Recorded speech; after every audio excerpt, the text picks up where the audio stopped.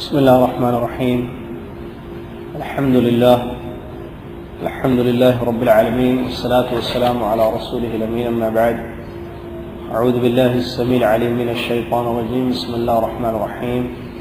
يا أيها الذين آمنوا اتقوا الله حق تقاته ولا تموتن إلا وأنتم مسلمون. يا أيها الناس اتقوا ربكم الذي خلقكم من نفس واحدة وخلق منها زوجها وبث منهما رجالا كثيرا ونساء. اتقوا الله الذي تساءلون به والأرحام إن الله كان عليكم رقيبا. يا أيها الذين آمنوا اتقوا الله وقولوا قولا سديدا يصلح لكم أعمالكم ويغفر لكم ذنوبكم، ومن يطع الله ورسوله فقد فاز فوزا عظيما.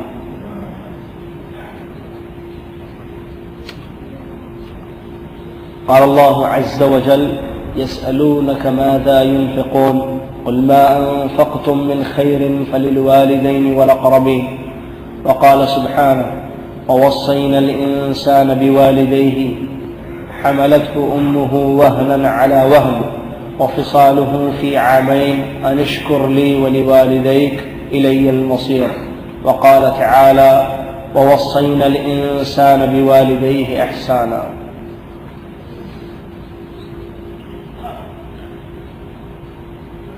سئل النبي صلى الله عليه وسلم: أي العمل أحب إلى الله؟ وفي رواية: أي العمل أفضل؟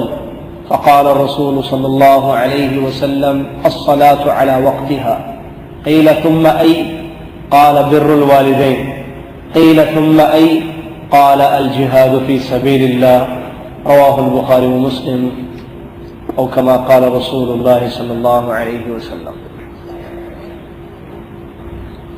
برادران اسلام، معزز سامعین، اسلامی ماں اور بہنوں، اور بالخصوص پیارے اور عزیز بچوں، تمام تعریفیں اللہ سبحانہ و تعالیٰ کے لیے ہے، جو تعریفوں کا حق رکھتا ہے، اس لیے کہ وہ ہم سب کا رب، خالق اور مالک ہے. بے پناہ، بے حد و حساب اس کی ہم پر نعمتیں ہیں. پوری دنیا، پوری کائنات کو اسی نے پیدا کیا اور ہمارے لیے بہت سارے احکام اس نے نازل کیے اور بہت ساری چیزوں سے ہم کو دور رکھا اور منع فرمایا. سبحان اللہ وبحمدہ، سبحان اللہ العظیم. لامحدود درود و سلام ہو پیارے نبی محمد مصطفیٰ صلی اللہ علیہ وسلم پر، جنہوں نے ہم تک رب العالمین کا پیغام پہنچایا اور دین کے تفصیلی باتوں کو ہمارے سامنے پیش کیا اور ہم تک پہنچا دیا. اللہم صلی علی محمد وعلی آل محمد کما صلیت علی ابراہیم وعلی آل ابراہیم انکا حمید مجید. اللہم بارک علی محمد وعلی آل محمد کما بارکت علی ابراہیم وعلی آل ابراہیم انکا حمید مجید. میرے محترم سامعین، آج کا خطبہ آج کے خطیب صاحب نے جو دیا وہ بہت ہی پیارا، بہت ہی خوبصورت، بہت ہی اچھا خطبہ تھا، اس لیے کہ ایسے خطبوں کی ضرورت ہے ہم کو، تاکہ ہم اللہ سے ڈریں اور ہم پر جن لوگوں کے حق رکھے گئے ہیں ان کو معلوم کرتے ہوئے کما حقہ ان حقوق کو بجا لائیں. آج کا خطبہ تھا بر الوالدین پر. بر الوالدین یعنی ماں باپ کے ساتھ حسن سلوک. اللہ تبارک و تعالی خالق ہے، پیدا وہی کرتا ہے، ہمارا بھی وہی خالق اور سارے جہانوں کا بھی وہی خالق. اللہ تبارک و تعالی نے ہمارے لیے یا ہم کو دنیا میں پیدا کرنے کے لیے جن کو ذریعہ بنایا وہ ہے والدین، جیسا کہ ہم جانتے ہیں. خالق بے شک اللہ ہے، اس میں کوئی شک نہیں ہے، ہمارا ایمان ہے اس پر، لیکن اس نے جن کو ذریعہ بنایا وہ ہے والدین، وہ بھی اسی نے بنایا، ذریعہ بنایا دنیا میں ہمارے پیدا ہونے کا، جیسا کہ بڑے حضرات اس کو اچھی طریقے سے سمجھتے ہیں. تو ظاہر بات ہے جن کو ذریعہ اللہ نے دنیا میں ہمارے پیدا ہونے کا بنایا ان کا بہت بڑا مقام ہوگا اور ان کی منزلت بہت زیادہ ہوگی.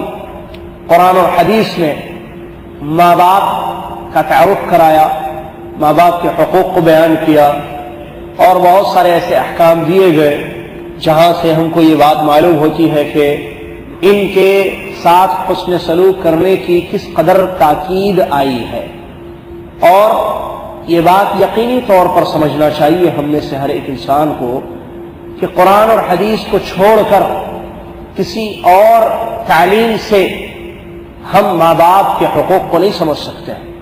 قرآن و حدیث کے علاوہ کوئی دنیا کا سبجیکٹ، کوئی دنیا کا ٹیچر قرآن و حدیث چھوڑ کر کسی اور طریقے سے صحیح معنوں میں ہم کو ماں باپ کے حقوق نہیں بتا سکتا ہے، ناممکن اور امپاسبل بات ہے۔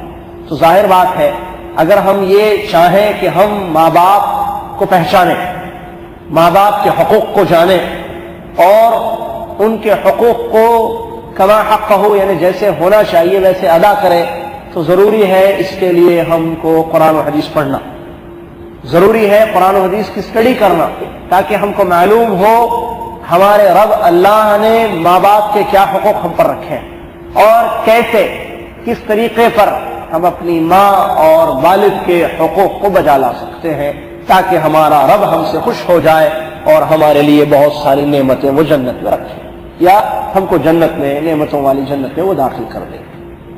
جو لوگ اپنے بچوں کو قرآن اور حدیث کی تعلیم نہیں دیتے ہیں، ان بچوں کو کیسے معلوم ہوگا کہ ان کے ماں باپ کے حقوق کیا ہیں؟ ان بچوں سے کیسے توقع اور امید کی جائے گی کہ یہ بڑے ہو کر اپنے ماں باپ کے حقوق کو ادا کریں گے؟ تو ذرا دیکھیں کہ قصوروار کون ہے اور سزا کن کو مل رہی ہے۔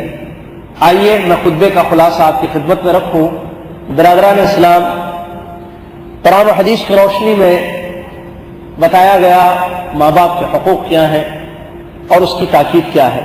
اس کے بعد سلف صالحین کے کچھ واقعات پیش کیے گئے خطبے میں کہ جن واقعات کے پیش نظر یہ بتایا گیا کہ ہم سے پہلے کے لوگوں میں کس قدر جذبہ تھا حسن سلوک کا اور کیسی وہ ماں باپ کی خدمت کیا کرتے تھے۔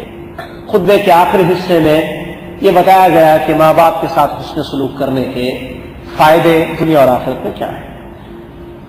قرآن کی آیتیں پڑھی گئی، اللہ کے نبی صلی اللہ علیہ وسلم پر درود بھیجا گیا نبی اللہ تبارک و تعالیٰ کی تعریف کے بعد۔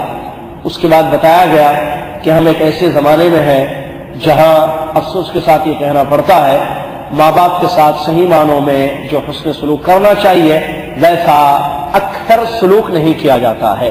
اکثر عام طور پر ماں باپ کے ساتھ حسن سلوک یا ان کے حقوق کو بجا نہیں لایا جاتا ہے، جبکہ قرآن پڑھنے سے، غور سے سمجھ کر اور حدیثوں کو غور سے سمجھ کر پڑھنے سے یہ بات اجاگر ہوتی ہے، یہ بات عیاں ہوتی ہے کہ بہت زیادہ ان کی تاکید آئی ہے اور بہت زیادہ ان کے حقوق ہیں اور ان کی نافرمانیاں بہت زیادہ خطرناک انسان کے لیے دنیا اور آخرت میں ہو سکتی ہیں، یعنی نافرمانیوں کی سزا۔ آئیے اللہ تبارک و تعالیٰ نے قرآن میں بہت ساری آیتوں میں ماں باپ کے ساتھ اس کو سلوک کرنے کی تاکید کی ہے۔ چند آیتیں آپ کی خدمت میں رکھی جاتی ہیں تاکہ دیکھیے کہ ہمارا رب ماں باپ کے بارے میں ہم سے کیا کہتا ہے۔ پہلی آیت ہے سورہ بقرہ کی، اللہ نے ارشاد فرمایا یسألونک ماذا ينفقون، لوگ سوال کرتے ہیں آپ سے نبی محمد صلی اللہ علیہ وسلم کہ ہم خرچ کہاں کریں، انفاق پیسوں کو کہاں خرچ کریں۔ ذرا غور سے سنیے، جدہ میں رہنے والے میرے بھائیوں، سعودی عرب میں پیسہ کمانے والے میرے بھائیوں، جنہوں نے اپنے وطنوں کو چھوڑا ہے، پیسے کمانے کے لیے یہاں آئے ہیں، دیکھیے کیا یہ آیت ہے۔ اللہ تبارک و تعالیٰ فرماتا ہے اے نبی آپ سے ہمارے بندے پوچھتے ہیں پیسہ کہاں خرچ کریں، ماذا ينفقون، کیا خرچ کیا کریں، خرچ کیا کریں۔ خرچ ہم کرتے ہیں، ہم سب پیسہ خرچ کرتے ہیں۔ دیکھیے اللہ کیا کہہ رہا ہے، قل کہہ دیجیے اے نبی محمد صلی اللہ علیہ وسلم ما انفقتم من خیر فللوالدین والاقربین، تم جو بھی اچھا خرچ کرنا چاہتے ہو تو وہ والدین کے لیے خرچ کرو اور رشتہ داروں کے لیے خرچ کرو۔ سورہ بقرہ آیت نمبر 215 جا کر چیک کر لیجیے، اللہ اکبر، 215ویں آیت، سبحان اللہ، کیا آیت سے ابتدا ہے خطبے کی۔ دیکھیے اللہ تبارک و تعالیٰ کیا فرماتا ہے۔ ہم غور نہیں کرتے قرآن میں، ہم پڑھتے ہیں لیکن سمجھتے نہیں ہیں، غور نہیں کرتے، عمل نہیں کرتے۔ یہ قرآن ہے جس نے سکھایا ہے پیسہ کہاں خرچ کرنا۔ قل ما انفقتم من خیر فللوالدین، کہہ دیجیے، کس سے کہا جا رہا ہے؟ محمد صلی اللہ علیہ وسلم